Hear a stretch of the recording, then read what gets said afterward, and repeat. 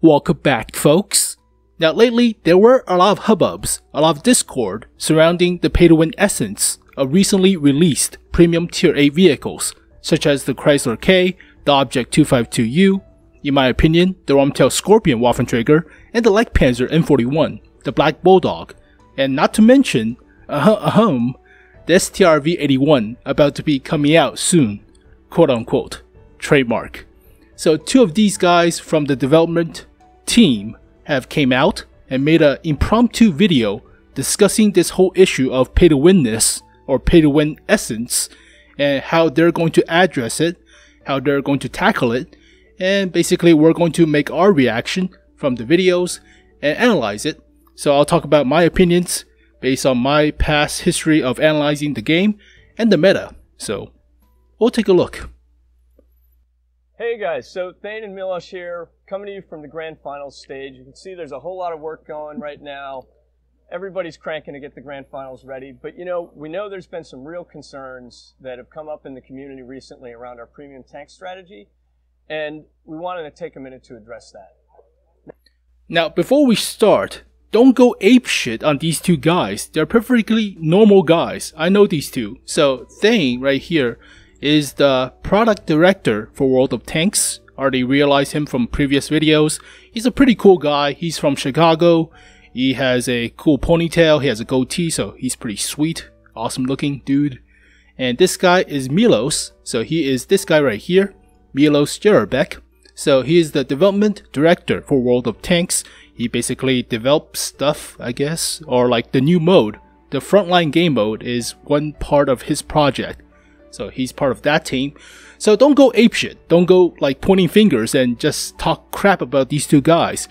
They are not at fault here, alright? So they're perfectly normal. They do represent the whole World of Tanks aspect of the company, but they are not the part of the problem of the actual imbalancing of the vehicles. So just don't go apeshit on these two guys, alright? Find a reason first. Now the balance team right now, back at the home office, is working really hard on a very detailed version of a strategy that we'll be able to share with you in the next several weeks when it's ready. But, you know, given the amount of concerns that have come up, we wanted to at least say a few things right now. First thing, most importantly, we want to tell you, we stand by being a free-to-play game. We're a free-to-play game. We're a free-to-win game. We're going to be a free-to-win game. We don't want to be pay-to-win. We never will. There's never going to be some win button and you can just push with your credit card and auto get it done.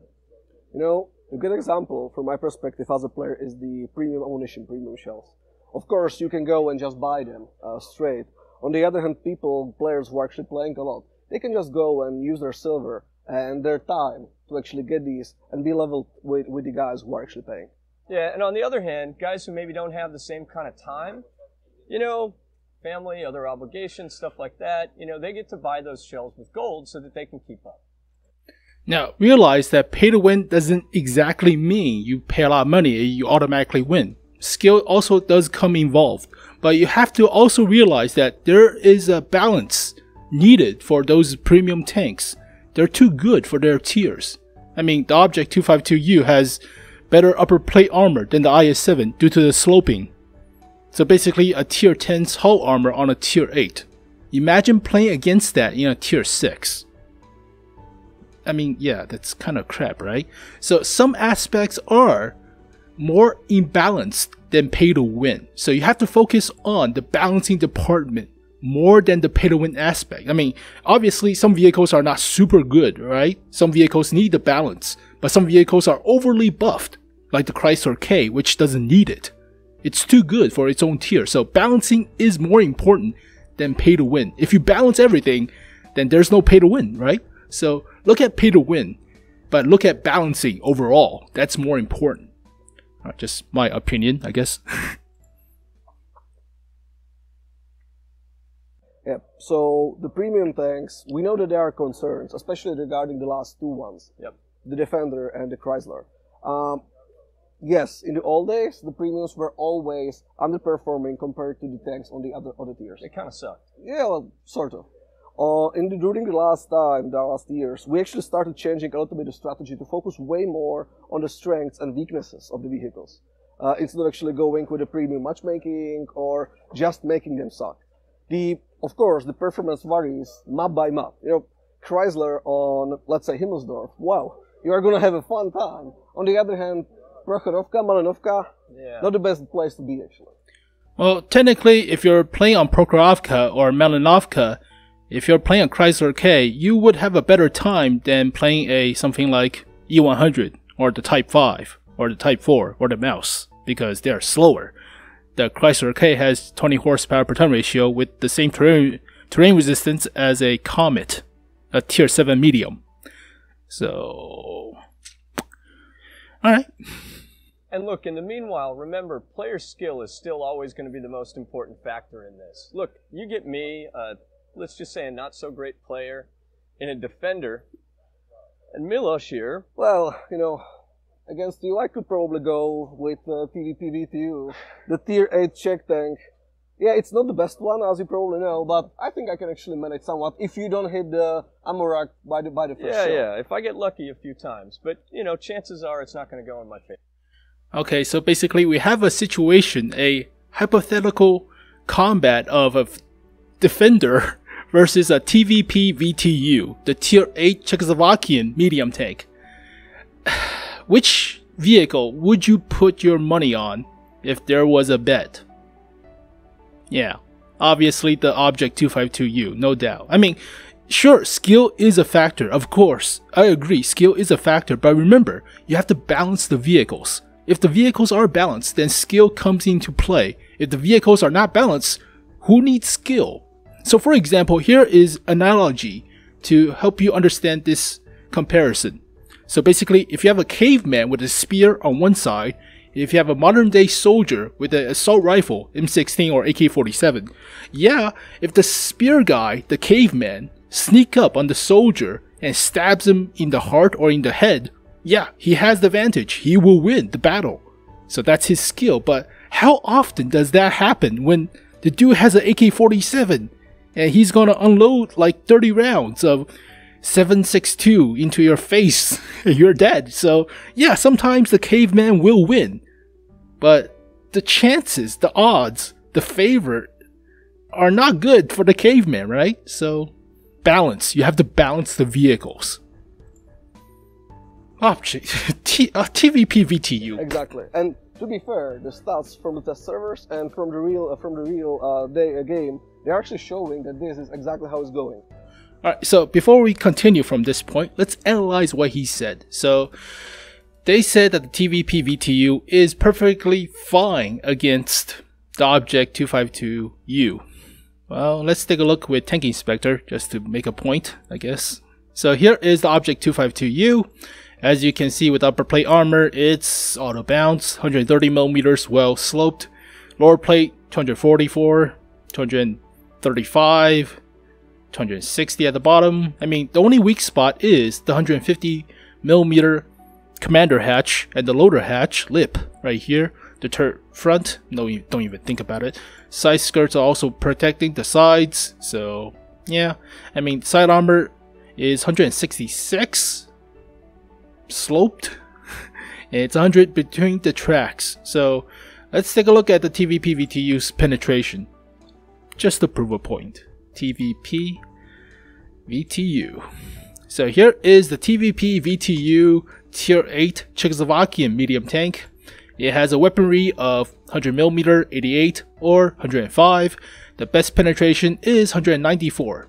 So you could penetrate the lip, but remember, it's 240 for the lower plate, 235 at best for the lower plate, and the upper plate armor is like auto bounce. So unless you're shooting at the cupola all the time with every single shot, unless you aimbot somehow onto the commander, not the cupola, the lip, the hatch lip, he just auto aims onto your center mass and he'll penetrate with his shells. You have to aim.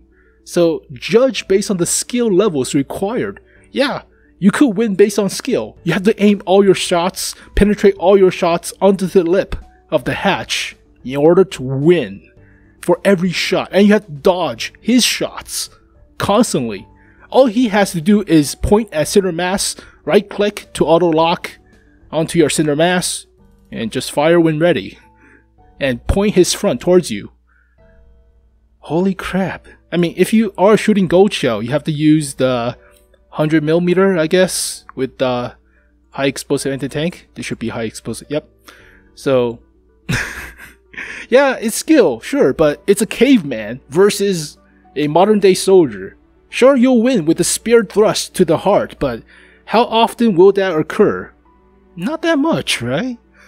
So let's take a look at the stats, as he mentioned. So let's take a look at the Chrysler K versus the T-32, because they're closer in terms of battle played. So the data is closer, I guess, more evenly spread out based on the same spread math. So here is the Chrysler K. So take a look, quick scan of the stats and photo memorize it, I guess. But as you can see, experience is a lot higher for the Chrysler K on average. Better accuracy as well, yeah, based on the gun. But it has a lot better win rate, WN8. So basically, a lot of players perform a lot easier with this vehicle than performing with the T-32. So it survives a lot more, wins a lot more based on percentage, doesn't lose credits net per game, so it actually wins credits per game. And see the damage dealt, damage received, yep. Less damage obviously, slightly, but damage per kill, yep. Damage assisted, not as much, alright, based on the view range, but damage dealt is a lot higher, and damage ratio is a lot higher based on your own health to the damage you dealt. So yeah, here's the rating based on win W8, win 8. So as you can see, the average is about, you know, 1,500, 1,400 compared to the T-32, 900, 850. So as you can see, based on player gathered stats, yeah, the T-32 is not doing as hot compared to the Chrysler K, even though they have about the same gun. But the Chrysler K has a better APCR shell, faster mobility, and impenetrable armor at the front for same tier vehicles compared to the T-32, which has only a good turret. The hull armor is not as good. So that's just one example. You can look up all the other examples with VB Attic. So I'll give you guys a link. You can check out the IS-3 compared to the Object 252U, or the Scorpion Waffenträger compared to something like, I don't know, the the Yak Panther 2 or something like that. But the world is your oyster. But yeah, that statement, doubtful. A little bit doubtful. Yeah, they are performing well, but they are definitely not overperforming the other tanks on this tier. Yeah. Okay, you already saw that. Just a reminder, the T-32's win 8 compared to the Chrysler K, that's 50% more. Did a quick math, but yeah, about 50% more. But, you know, in the meanwhile, Miloš, we've learned a whole bunch of things about this process, right? For sure, and from now onwards, we will definitely do a better job on the balancing, looking into exactly the areas where they should actually performing, and communicating these way more, because it's important for us that you guys, our players, understand where are the strengths, where are weaknesses, and how we actually, what were the thoughts behind creation of these tanks. I think that's a good point. And look, to be honest, I think the other thing that we can and need to do a better job, and we will do a better job on, is we need to involve you guys, our community, our contributors especially, in both of those processes. For sure. So, look, thanks everybody. We're going to go ahead, get back to working on the grand finals stuff. We will keep you guys in the loop based on all the other stuff that's going on. As we get this new information out, as we get the detailed strategy out, we will share it with you guys. But in the meanwhile, we really hope you enjoy the grand finals, and thanks for staying with us. See you on the battlefield. Alright, so that's the end of the video, but the easiest way, the simplest way to fix all the overpowered premium tier A vehicles or any other overpowered vehicles is let people play it on the test server. Simple enough. Have you ever realized that we did not actually test the Object 252U, the Chrysler K, the Sherman Revalorise, even though it's alright, it's not that OP, so it's good, but it's moderate. The Scorpion Waffenträger, the Leckpanzer M41, we never tested any premium tanks. Any before they got released. So we can only test them after they got released on the next patch for the common test server. Never before. So let us test this vehicle with the common test server. That's what it's for. That's what all other games do, like League of Legends. You test out champions before they get released. Makes sense, right? I mean, that makes a hell of a lot of sense. A hell of a lot more sense than don't release the premium tanks and just blindly thrust it into the whole player base and have your contributors or reviewers, basically guys who make YouTube videos like me, do the review first before they buy the tank. Why not let them test the tanks themselves on the test server? That's what it's for. Simple enough, right? But hey, I'm just me, I guess. So what the hell do I know? But that's the first thing. Second thing, a lot of players are complaining, or a lot of players are counter-complaining that the Chrysler K is not OP, technically, or the Object 252U is not OP. So basically, one common counter-argument to the Chrysler K is, why don't you shoot the side armor? Side armor is only 100mm. I'm so smart. Well, here is the counter to that counter-argument. The T110E5 has a 76.2mm side armor above the tracks and about 44 or 50 behind the tracks. That's worse than the Chrysler K. How about we rebuff that vehicle, huh? Why did that vehicle get nerfed when you can just shoot the side armor? Well, obviously the frontal plate is horrifically impenetrable, as well as the cupola. That's why it got nerfed. It doesn't need the side armor. It doesn't even need the lower plate. Lower plate is weak, but if you hide it, you're not going to get pinned. And that's why the T110E5 plays like a modern day main battle tank. You don't expose your side armor. You don't expose your rear. You let the frontal armor take all the hits while you're dishing out all the damage. So that's why the T110E5 is mobile, has a lot of armor, used to, and has a decent gun in terms of penetration and alpha and DPM. So that's the most main battle tank vehicle. You don't need to have side armor, you don't need to have rear armor. And besides, the Chrysler K has enough mobility in terms of horsepower per ton ratio and terrain resistance to counter your circle strafe. You're not going to circle strafe that vehicle. You're not. So yeah, shoot the side armor. I want to shoot the side armor. It doesn't give me a chance to. He's fast enough to counter that. So, yep. Basically, the only way to solve this imbalancing and thus preventing OP-ness of Tier 8 vehicles or any other vehicles in the game, let us test it. Give us a longer time on the test server. Give us something to work with on the test server, like the premium tanks. If you don't release the premium tanks on the test server, who the hell knows how to balance that stuff? I mean, some specialist, a group of like 12 people working on the balancing department, are they more effective than a whole group of players who actually plays the game for a long time and will dedicate their time to help you balance? Oh no, I mean, yeah, common sense, I guess, but that's just me. So that's my take on this reaction from the devs. But yeah, I do wish you guys would participate in the test server a little bit more often, such as the artillery stun. A lot of players complain, "Oh, stun is so toxic." Well, did you try it on the test server? Did you try it on the sandbox? I tried it. I warned them about it, but they did not listen, so I cannot do that much. I need more players on the sandbox, need more players on the common test. But also, there could be like some sort of compensation for participation of the common test to help the devs determine some of this stuff. I mean, you get a badge with your name, like the ranked battle mode, next to your name on the live server if you participated in helping out with the common test. So small stuff doesn't matter that much, like emblems or inscriptions doesn't matter that much, but it does make players feel that they have been contributing towards the development of the game. Small stuff, but it does matter in the long run.